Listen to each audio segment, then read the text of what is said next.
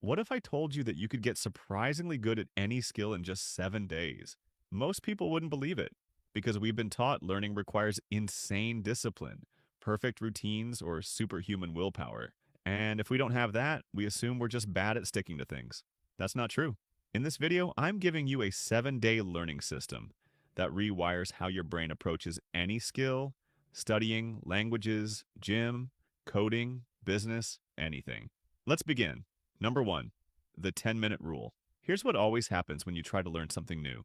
You sit down, you open the book, you see one word you can't pronounce. Your brain immediately goes, nope, this is hard. Let's binge Netflix instead.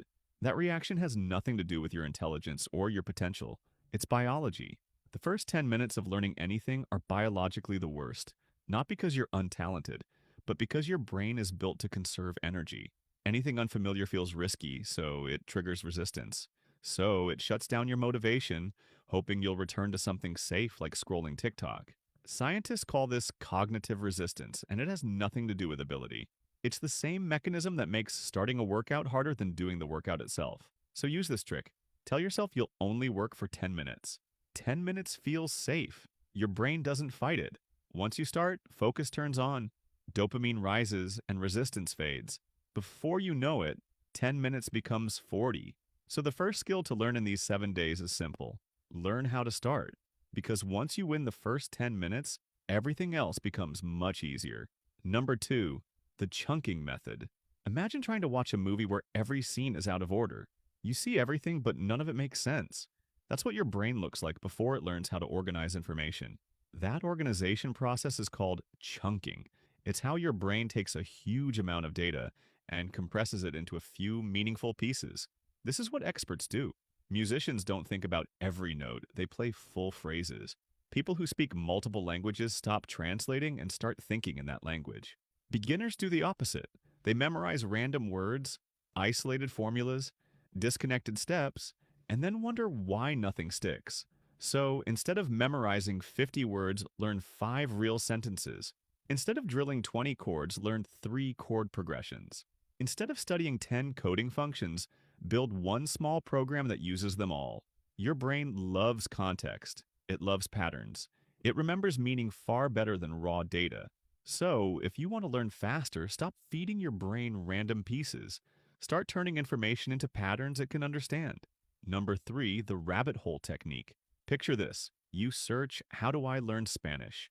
3 hours later, you're watching videos about how the brain remembers words, how accents form, and how children learn to speak. You didn't plan it, but you fell into a rabbit hole.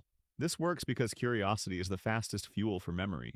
When you're genuinely interested, your brain stops resisting and starts absorbing. It stops acting like a bored employee and starts paying attention to everything. The trick is simple. Don't just study the skill, study everything around the skill. If you're learning about fitness, study how muscles grow, how recovery works, and why some workouts fail. If you're learning about investment, learn how markets behave and what makes people buy or sell their shares. If you're learning to cook, learn how flavors actually work. Because when you expand context, your brain creates more neural hooks. Those hooks make the main skills easier to understand, easier to retain, and easier to perform without effort. On top of that, rabbit holes make learning fun. And when something is fun, you repeat it. And repetition is what builds skill. It's one of the closest things we have to a learning shortcut. So let yourself go down those rabbit holes. Just don't blame me if you suddenly know how ancient perfumes were made. Number four, learn by teaching. Have you noticed that teachers almost always understand a subject better than the students? It's not because they're smarter, it's because explaining something forces the brain to organize information in a clear, usable way. This is known as the Feynman technique, named after a Nobel Prize-winning physicist who learned by pretending he had to explain everything to a 12-year-old. If it worked for someone who dealt with quantum physics, it will work for whatever you're trying to learn. Here's how it actually works. First, learn something small. One concept, one rule, one technique. Second, explain it out loud, not in your head. Out loud.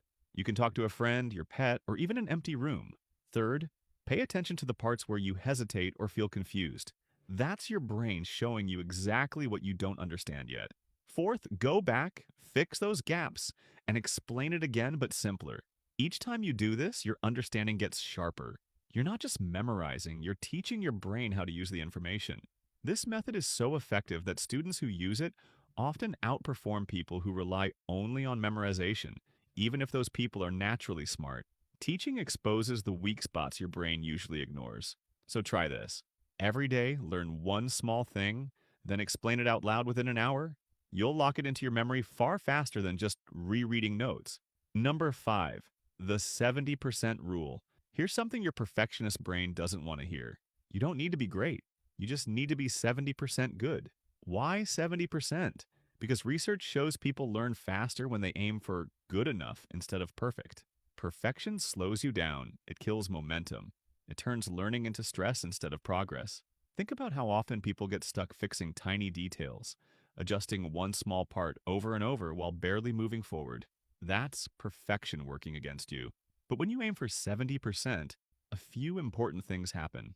You take more attempts, you try more ideas, you stop freezing every time something isn't flawless, and most importantly, you actually finish. And finishing is what builds skill. That's why writers use rough drafts, athletes repeat imperfect reps, and language learners speak early instead of waiting until they sound perfect. When you stop chasing perfection, your brain relaxes, and a relaxed brain learns much faster. Here's the real secret: 70% done every day for a week will always beat 100% done once in a while. So don't wait to be perfect. Embrace the messy, awkward, slightly uncomfortable version of your new skill. That's the version that actually gets you somewhere. Number 6, identity based learning. Imagine trying to learn a new skill while constantly telling yourself you're bad at it. I'm terrible at languages, I can't draw, I'm just not good at cooking. You've already lost before you even start. Humans don't learn skills. They become the kind of person who can do the skill. This is called identity-based learning, and it's the most powerful idea in this entire system.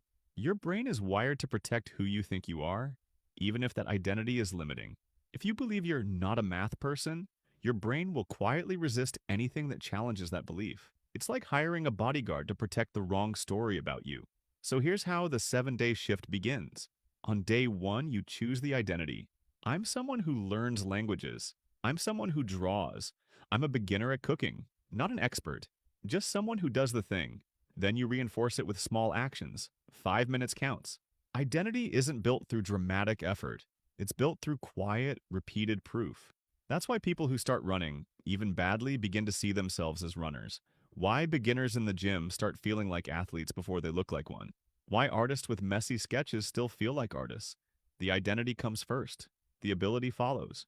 Once you change who you believe you are, what you do starts to change automatically. You procrastinate less because that's not who you are anymore. You fear difficulty less because your identity expects progress. You stop quitting because quitting doesn't fit the story you're now living. Identity makes consistency automatic, and consistency makes mastery inevitable. In 7 days, you won't just be learning a skill, you'll be becoming someone who can learn anything. That is it for today, guys. See you in the next one.